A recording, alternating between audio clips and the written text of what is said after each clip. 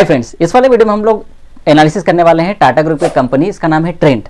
Trent ने आज के दिन पे 13-14% का मूवमेंट दिया था। इसका जो क्वार्टर 1 का रिजल्ट आया था 2025 का शानदार रिजल्ट आया था। साल दर साल 131% के प्रॉफिट में जम था, रेवेन्यू बढ़ा, एबिटा मार्जिन बढ़ा, ऑपरेटिंग मार्जिन बढ़ी, सारी चीजें बढ़ी है। तो इस वीडियो में हम लोग ट्रेंट का पूरा डिटेल्ड कंपनी एनालिसिस करने वाले हैं। कंपनी क्या करती है, कंपनी के 4 साल के फाइनेंशियल्स को हम कंपेयर करेंगे, टेक्निकल एनालिसिस करेंगे, फंडामेंटल एनालिसिस करेंगे, सारी चीज़ें। और आपको मैं टेक्निकल एनालिसिस पे टारगेट्स भी बता दूंगा, कहाँ पर आपको एंट्री करनी चाहिए, अब कहाँ पर एंट्री की जा सकती है और कितना ऊपर जा सकता है। इसके अलावा एक मेन पॉइंट जो है ऑप्शन चेन का, वो भी मैं आपको समझा दूंगा कि उसको आप किस तरीके से देख सकते हैं और ऑप्शन चेन के हिसाब से कहाँ पर सपोर्ट है, कहाँ पर रेजिस्टेंस है। तो शुरू करते हैं। सबसे पहले कंपनी के बारे में जानते हैं, कंपनी क्या करती है। तो एक्चुअली अगर कुछ लोग इंग्लिश समझते हैं तो स्क्रीनशॉट पढ़ लें और हिंदी में मैं आपको बता देता हूँ। Trent Limited engaged in the chain of retail store under the Westside brand in India.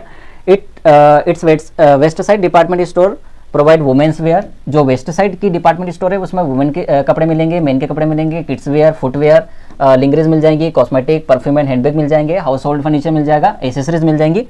और the firm also operates hyper market and convenience store under the star brand. Star brand के अंदर भी चीज़ें हैं which offers staple foods, beverages, health beauty product, vegetable, fruit, non vegetarian products, उसके बाद dairy product, apparel और home furnishing. अगर किसी को ये वाला चीज़ समझ में नहीं आता है हाइपर मार्केट क्या होता है, तो सुपर मार्केट और रिटेल स्टोर्स को मिलाकर मिल जाता है आपका। सुपर मार्केट और स्टोर्स को मिलाकर आप बनाएंगे तो वो बनेगा आपका हाइपर मार्केट। ठीक है, इस तरीके से और भी बहुत सारी चीज़ें हैं, लेकिन एक सिंपल सा समझा दिया। In addition it operates book, music retail chains under the Landmark name that provides toys, adult and young adult books, sports related merchandise, tech accessories और उसके अलावा गेमिंग और stationery product. 108 Westside store है, 5 independent Landmark stores है और 42 stores under Star Dairy. The company was founded 1952 दिसंबर 5 में आई थी। आगे स्लाइड में मिल जाएगा आपको। अब थोड़ी कंपनी के हाई लोस की बात कर लेते हैं। पिछले साल इसका हाई था 1700 रुपये, अभी इसका ऑल टाइम हाई पर चल रहा है 6373 रुपये। 3 गुना का जंप है इसमें। और थोड़ी सी यहाँ पर एक स्लाइड मिसिंग है, उसमें है market capital, total market capital जो कि है इसका 2,24,400 या 600 करोड़ के आसपास है, चेंज हो जाते रहता है। और अगर फ्री फ्लोट की बात करें, एफ बोलते हैं उसे, फ्री फ्लोट MKF है इसका 1,39,299 आज की डेट में है। इस चीज़ को समझिए और ये पूरा डेटा करोड़ में है। लिस्टिंग हुई थी इसकी 7 जून 2004 को। अगर इसका एडजस्टेड पी की बात करें तो 240 है और सिंबल पी की बात करें तो 148 है। ये निफ्टी मेजर इंडेक्स है, बहुत सारे इंडेक्स का हिस्सा है, लेकिन निफ्टी नेक्स्ट 50 मतलब कि निफ्टी की 51 कंपनी से लेके 100 कंपनी के जो होती है इनको बोलते हैं नेक्स्ट 50, तो उसका हिस्सा है। और इसकी इंडस्ट्री की बात करें तो स्पेशलिटी रिटेल चेन चलाता है, इसलिए उसकी इंडस्ट्री वो है। अब जर्नी की बात करें तो 98 में आया इसमें वेस्ट साइड, उसके बाद स्टार ब्रांड आया, फिर जूडियो आया, फिर उज्जा आया, उसके बाद मिसबो आया, फिर समूह आया। थोड़ी सी और जाते हैं, एक नज़र की बात करें, इसकी हम बाद में बात करेंगे रेवेन्यू की और प्रॉफिट की, जो अगली वाली स्लाइड में आएगा। 10 million plus west style club members हैं, 89 प्लस स्टोर्स हैं और 95 है स्टोर्स और 178 प्लस सिटी में ये ट्रेंट आपका अवेलेबल है।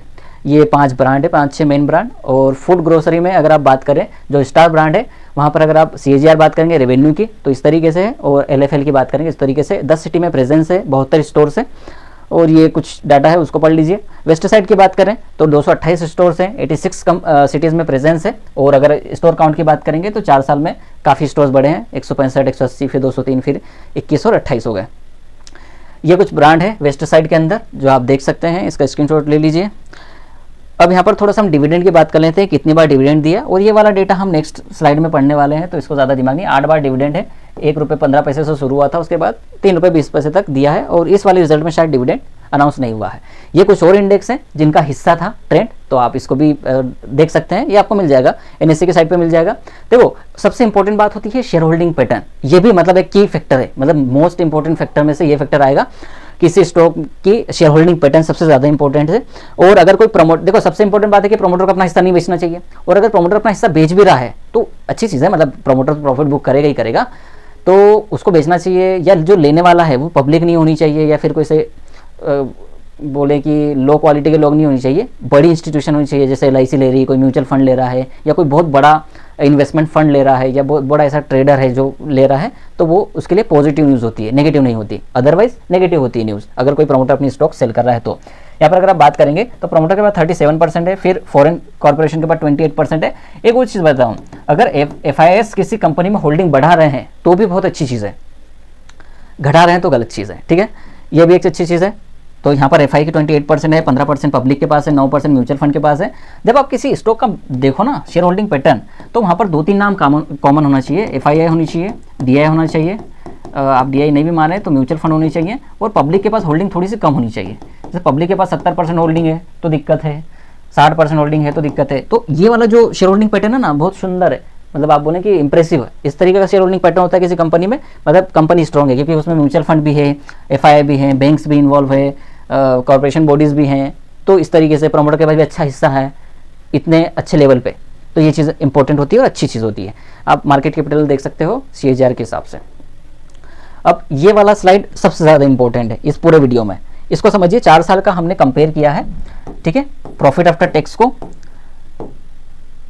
उसके बाद नेटवर्थ को और टोटल रेवेन्यू को। इस वाली को 21 वाली को छोड़ रहे हैं क्योंकि ये कोरोना वाला था बंदा, तो हम लोग थोड़ा सा इसको, क्योंकि यहाँ पे डिप हर कंपनी में आई है। अब यहाँ पर अगर आप देखेंगे ना, इन सालों में प्रॉफिट आफ्टर टैक्स, अब नेटवर्थ है ये तो नेटवर्थ बड़ी है, प्रॉफिट आफ्टर टैक्स बड़ा है और रेवेन्यू बड़ा है, और काफ़ी अच्छा जंप है। ये किसी कंपनी के फाइनेंशियल पढ़ने का सबसे अच्छा तरीका, ठीक है। तो यहाँ पर आप देखेंगे कि तीनों में जंप है और अच्छा खासा जंप है, तो ये बढ़िया चीज़ है इसके लिए, जो एक पॉजिटिव चीज़ है। रेवेन्यू अगर आप देखेंगे तो 56% का जंप है, और प्रॉफिट बिफोर टैक्स में 133% का जंप है, और Q1 के FI से अगर CAGR की बात करें तो 39% का CAGR है, दोनों का, रेवेन्यू का भी और प्रॉफिट बिफोर टैक्स का भी।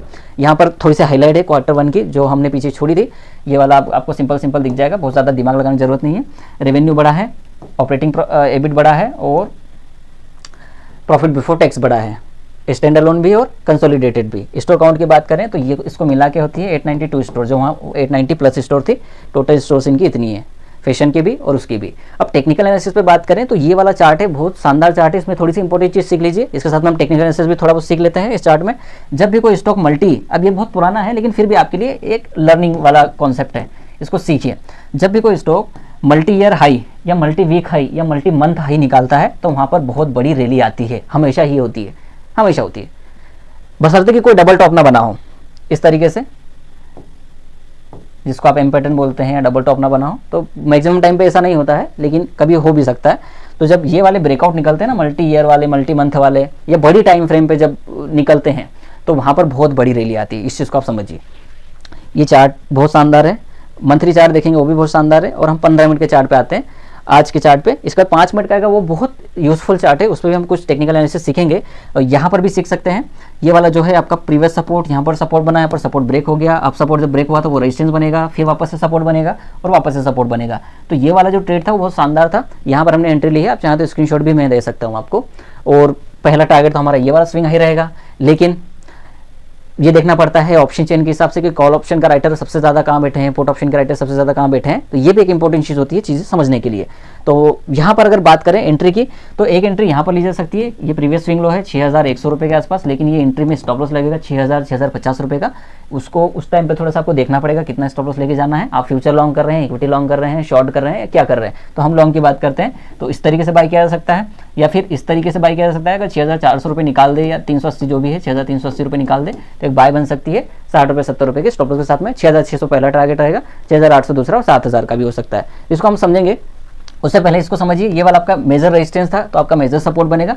तो 5900 से 6000 की जो प्राइस होगी वो आपको एक्चुअल बाइंग प्राइस होगी, जिसमें आप थोड़ा सा 15 दिन 20 दिन के लिए जा सकते हैं स्विंग प्ले करने के लिए। मैं 5 मिनट लगाता हूँ, आपको और मजा आएगा उसमें, और क्लियर चीज़ होंगी। ये वाला चार्ट देखो 5 मिनट।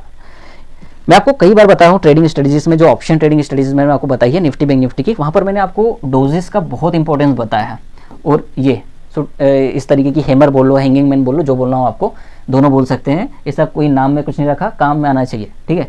तो ये वहाँ पर देखेंगे, मैंने कई बार आपको बताया कि इस तरीके के कैंडल मेरे तो एंट्री लेना ही है। यहाँ पर स्टॉप लॉस आपको कितना 10 या 15 रुपये का स्टॉप लॉस, और कितना 700 पॉइंट चला है।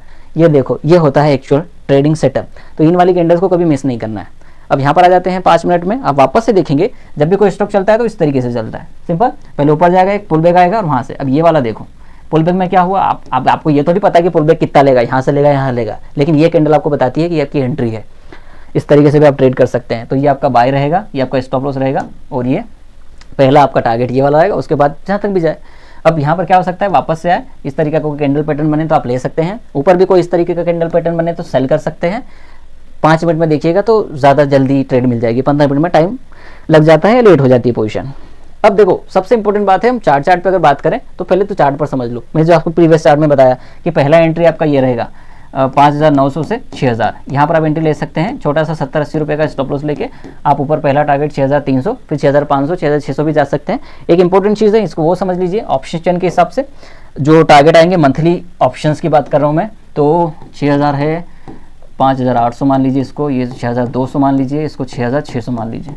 तो जो सबसे ज़्यादा ओपन इंटरेस्ट है पुट साइड का, पुट का OI वो है 6,000 पे यहाँ पर, मतलब सपोर्ट ऑप्शन चेन के हिसाब से 6,000 पे है। रेजिस्टेंस की बात करें तो 6,600 पे सबसे ज़्यादा कॉल का ओपन इंटरेस्ट है यहाँ पर। तो ये इस पर 3.3 का है, जिसमें 3.1 तो आज ही एड हुआ है लाख में, ठीक है।